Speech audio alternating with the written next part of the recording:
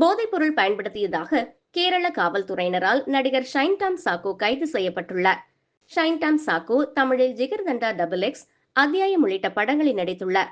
விரைவில் அவர் மருத்துவ பரிசோதனை மற்றும் விசாரணைக்கு உட்படுத்தப்படுவார் என்று அதிகாரிகள் உறுதிப்படுத்தினர். அவர் மீது பல சட்டப்பிரிவுகளின் கீழ் வழக்கு பதிவு செய்யப்பட்டுள்ளது. ஒரு ஹோட்டலில் நடத்தப்பட்ட போதைப்பொருள் சோதனையை தொடர்ந்து இந்த கைது நடவடிக்கை மேற்கொள்ளப்பட்டது. அப்போது ஷைன்டாம் அந்த இடத்தை விட்டு ஓடிவிட்டதாக கூறப்படுகிறது.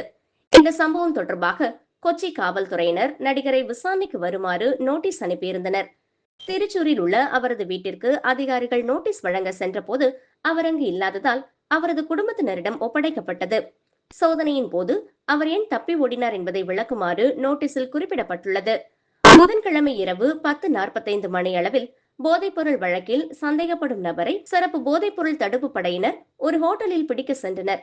ஹோட்டல் பதிவேட்டில் ஷைன்டாமின் பெயர் பட்டியலிடப்பட்டிருப்பதை கண்டறிந்த அவர்கள் அவரது அறைக்கு சென்றபோது அவர் ஏற்கனவே தப்பி சென்று விட்டார். சிசிடிவி காட்சிகளில் போலீசார் ஹோட்டலுக்குள் நுழைந்த போது ஷைன் தப்பி செல்வதை காட்டுகிறது. கூடுதலாக மலையாள நடிகை வின்சி அலோஷியஸ் சுதியா இருக்கட்டே படத்தின் படப்பிடிப்பின் போது போதைப்பொருள் எடுத்துக்கொண்டு தம்மிடம் தகாத முறையில் நடந்து கொண்டதாக ஷைன்டாம் மீது புகார் அளித்திருந்தார்.